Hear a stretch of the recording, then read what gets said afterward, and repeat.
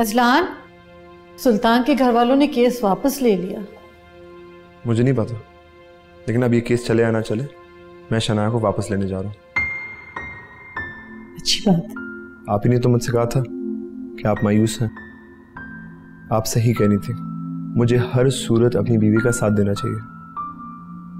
बेटा, शादी के बाद औरत का सिर्फ एक ही मर्द पर मान होता है और वो उसी मान के भरोसे पर अपना सब कुछ छोड़कर आ जाती है। लेकिन जब वो मान और भरोसा कमजोर पड़ जाए तो उस औरत के पास क्या रह जाता है।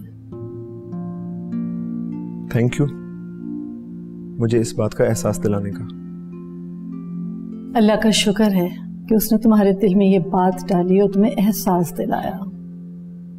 बस बेटा, मैं तो सिर्फ यही चाहती हूँ कि तुम दोनों इसी तरह मोहब्बत करते रहो और अपने रिश्ते को कभी इस अना और जिद की भेंट मत चढ़ने देना।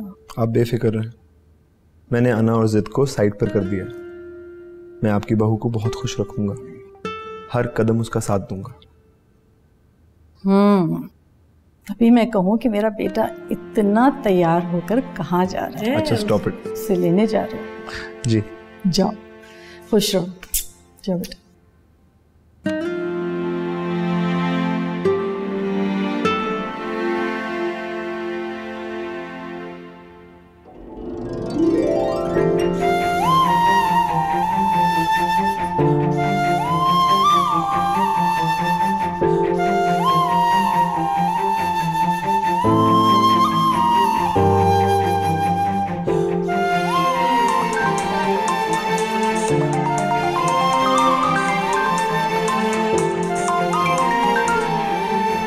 हेलो मैम, शनाया, मैंने आपको बताना था कि सुल्तान की बीवी ने उसका केस वापस ले लिया।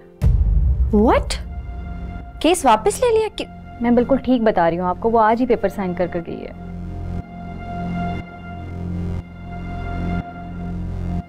I don't believe this.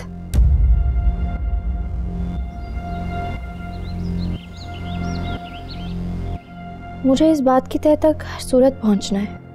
कमल भाभी, खतीजा आंटी कल तक इंसाफ के लिए तो लड़ रही थी, वो खुद पीछे कैसे हट सकती हैं? आखिर ऐसा क्या हुआ है? I need to no.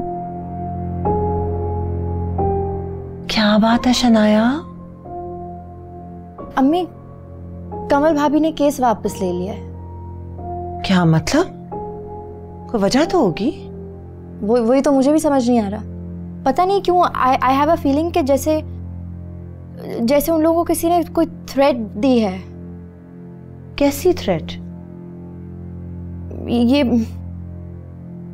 मुझे भी खुद समझ नहीं आ रहा है। मुझे ऐसा लग रहा है जैसे उनको कोई खतरा है। देखो, अगर वो तुम्हें कुछ बताना नहीं चाह रहे हैं तो फिर तो तुम कुछ नहीं कर सकती हो ना। कैसे कुछ नहीं कर सकती? आराम से तो मैं भी नहीं बैठूंगी।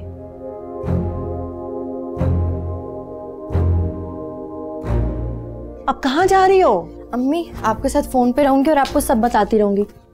ओके, परेशान मत होइएगा। बेटे